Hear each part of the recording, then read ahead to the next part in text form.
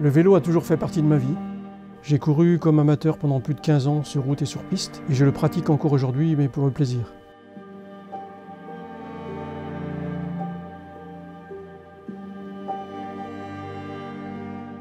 Mon premier vélo, je l'ai eu à 6 ou 7 ans.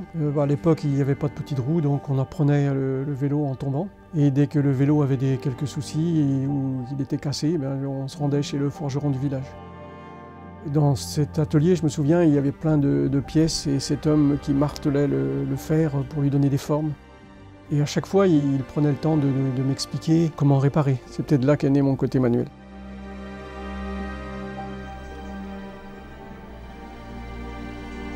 Créer, c'est libérer sa pensée, c'est explorer au plus profond de soi, un peu comme la méditation. Il faut être libre dans sa tête, il faut laisser venir les idées, les émotions, les images. Et c'est comme ça un peu qu'on crée son propre voyage, qu'on va chercher au plus profond de soi. Et à chaque fois que l'on crée, le voyage semble différent. C'est un temps que l'on s'accorde et où on ne laisse pas de place aux idées parasites.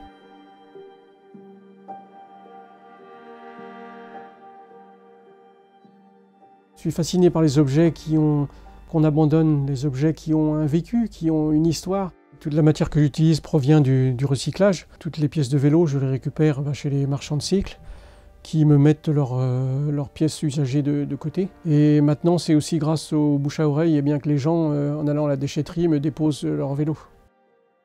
Je jette peu car tout peut servir, tout peut être utilisé, tout peut être détourné pour peu qu'on s'y intéresse ou qu'on y fasse attention. Ai-je ça dans mes gènes? Il y a peut-être un facteur, je pense, héréditaire. Mes parents qui ont connu la guerre et le manque m'ont peut-être transmis tout cela. Et comme on dit souvent, ça peut toujours servir.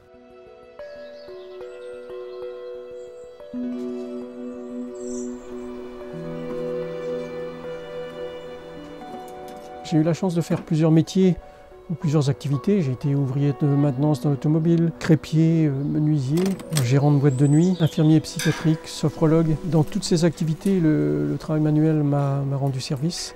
Je pense que tout ce que l'on acquiert se rejoint un jour ou l'autre. Chaque nouvelle expérience enrichit la précédente, comme si on rajoutait des chapitres au livre de sa vie.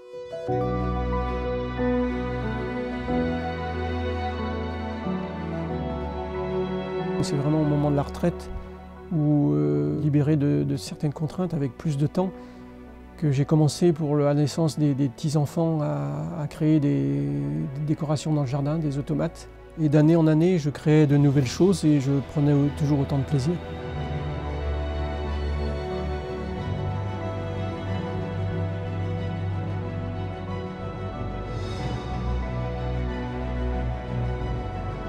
Le vrai déclic est venu en découvrant l'œuvre de Jean Tinguely. Je pense que j'ai eu un coup de foudre artistique. L'idée de faire de l'art en bricolant une matière récupérée dans les déchetteries, une matière comme le fer ou la fonte qui salit, qui abîme les mains, ça a été une véritable révélation pour moi.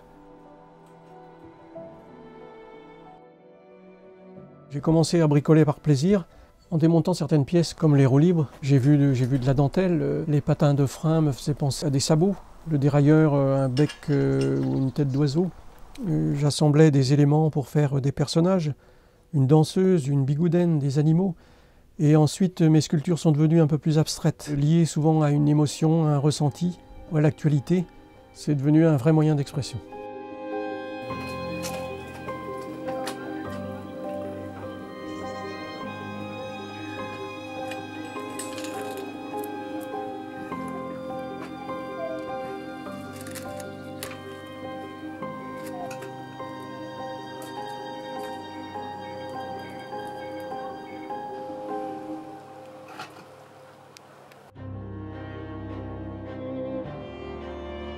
Je pense qu'il est primordial aujourd'hui de montrer l'importance du travail manuel et ne pas présenter le travail manuel comme une voie de garage ou une voie de poubelle, comme je l'ai souvent entendu quand j'étais à l'école. Si tu n'es pas bon, tu iras en technique. En envoyant tout le monde au bac général, nous, parents, enseignants, on a délaissé le travail manuel, un peu comme si c'était dégradant. J'entends encore trop souvent les gens dire « un tel a réussi, il est avocat, ingénieur, médecin ». Comment en est-on arrivé là? Il faudrait proposer à minima plus de matière à l'école, penser à ceux qui sont plus manuels qu'intellectuels.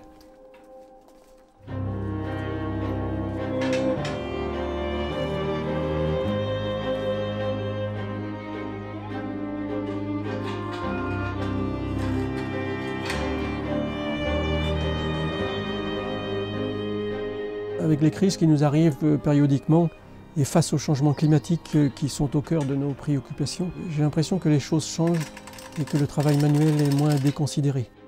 Nous nous interrogeons plus sur la question du sens. Sens de ce que l'on fait, sens de ce que l'on produit, sens et l'utilité de notre travail. Certains s'interrogent sur le travail intellectuel, assis derrière un ordinateur dans un open space. Certains franchissent le pas et s'orientent vers un métier plus manuel. Est-ce quelque chose qu'ils avaient en eux et qui attendait juste le bon moment pour éclore ?